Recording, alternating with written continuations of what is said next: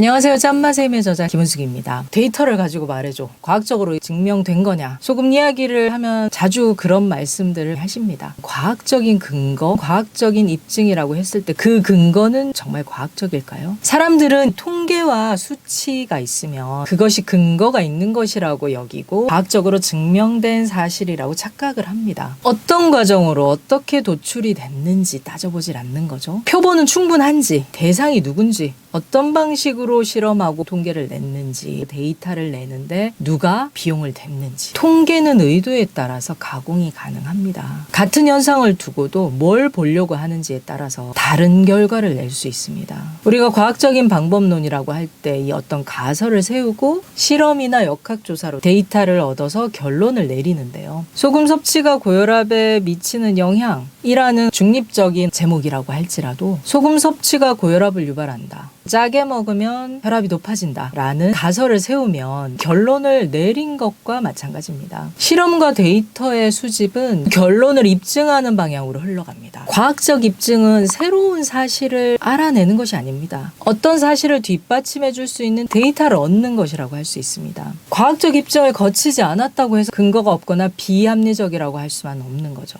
과학적 입증을 굳이 거칠 이유가 없거나 입증하기에는 연구 대상이 너무 광범위해서 시간과 비용이 너무 많이 들기 때문에 이런 과정을 거치지 않는 경우가 훨씬 많습니다. 의료는 이미 거대한 산업의 영역입니다. 산업화된 의료는 돈이 되지 않는 연구에 시간과 비용을 들이는 일은 드문 거죠. 연구 자금이 뒷받침되지 않으면 실험이나 통계 자체를 낼 수가 없습니다. 과학적 입증의 근거가 되는 데이터를 얻는 데는 많은 비용이 발생합니다. 의뢰해보신 분들은 아시겠지만 수천에서 수억, 수십억까지 비용이 드는데요. 그런 비용을 감당할 수 있는 집단이나 개인, 입증 여부를 결정할 수 있는 집단은 경제적 혹은 정치적으로 힘이 있어야 되는 거죠. 소금은 이 의료 산업의 관점에서 보면 과학적 입증을 거칠 만한 경제적인 효용이 별로 없습니다. 소금은 흔하게 열려있고 누구나 손쉽게 얻을 수 있습니다. 실험실에서 복잡한 과정을 거쳐서 얻어내는 물질이 아닌 거죠. 다양한 방법으로 가공한 소금이 있지만 성분 분석해보면 결국 염화나트륨입니다. 실험실에서 만들어내는 것이 아닌 자연물은 특허를 낼 수가 없습니다. 이 신약 개발로 특허를 내고 독점 판매하면서 막대한 경제적 이익을 내는 것이 불가능하죠. 추출한 표본으로 얻은 임상 결과는 객관적인 증거물이 됩니다. 저명한 학회지에 실험 결과 배포하고 토론 주제로 내세우고 가설이 기정사실화되면서 언론 보도를 거치게 되면 가설은 이 과학적 근거가 됩니다. 그런데 새로운 연구 결과가 나온다면 기존의 연구 결과는 완전히 뒤집어질 수 있습니다.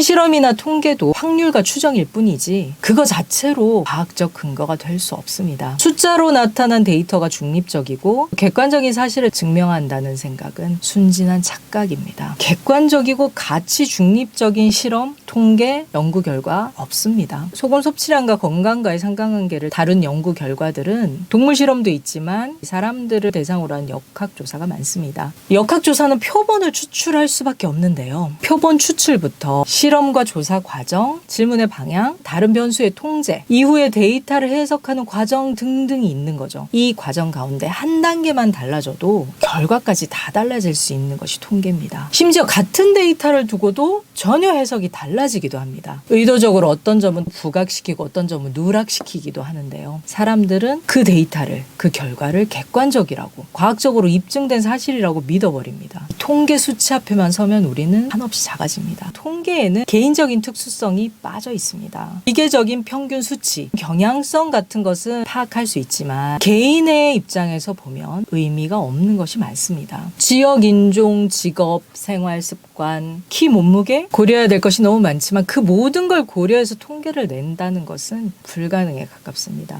별거 아닌 것 같은 작은 변수처럼 보이지만 연구 결과가 전혀 달라질 수도 있습니다. 비즈니스를 하거나 정책을 결정하거나 유용하게 데이터로 쓰일 수 있지만 생명현상과 관련된 데이터는 다릅니다. 확률일 뿐 정답이 될 수 없는 거죠. 어떤 연구 결과에서 99%가 좋아지고 1%가 나빠졌다면 그 1%가 나의 경우라면 내게는 100%가 되는 셈입니다. 반대로 99% 나빠졌는데 1%는 좋아졌다면 그것 또한 살펴봐야 되겠죠. 과학적인 근거라는 통계 수치만 바라보고 신중하지 않을 수가 없습니다. 목숨은 둘이 아니기 때문입니다. 내 몸의 주인은 바로 나 자신이죠. 결국 중요한 것은 자신의 몸을 이해하고 스스로 건강하게 만드는 것입니다. 소금도 마찬가지입니다. 싱겁게 먹어야 되는 사람도 있지만 소금이 더 필요한 사람도 많습니다. 무염식, 저염식 오래 하다 보면 결국 염분이 적어지면서 몸이 염도를 맞추기 위해서 수분까지 줄이고 수분과 염분이 줄면서 체액이 줄고 혈액이 줄고 진액이 줄고 신진대사가 원활하지 않고 체온도 떨어지고 기력도 없고 건조해지고 에너지가 낮아지면서 여러 가지 문제가 생길 수 있습니다. 몸 입장에서는 저전력 모드로 서서히 거기에 맞춰서 적응을 해가는 거죠. 양을 말해달라 질문하시는 분들도 계신데요. 소금 양은 스스로 찾으셔야 합니다. 실험을 통해서 데이터를 낼 수는 있겠지만 통계 속 남녀의 이야기고요. 혹은 동물 실험의 동물의 이야기인 거고요. 나에게 맞지 않을 수 있습니다. 소금 먹고 효과 본 사람들 이야기 듣고 소금물부터 벌컥벌컥 드시는 분들도 계신데요. 하루에 3g만 먹어도 혈압이 오르고 심장 벌렁거리는 사람이 있는가 하면 30g, 40g 먹어도 혈압이 오르기는커녕 오히려 혈압이 조절되고 체력과 컨디션이 좋아지고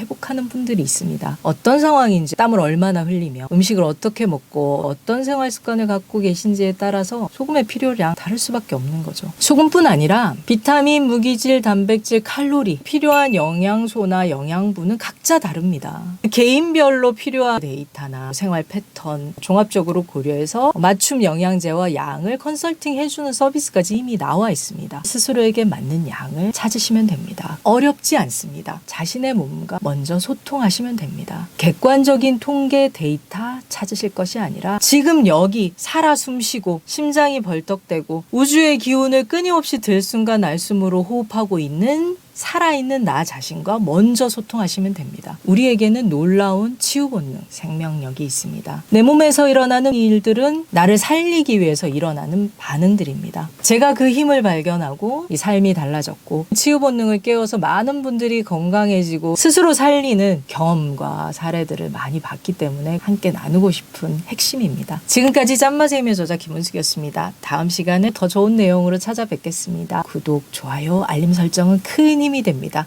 고맙습니다.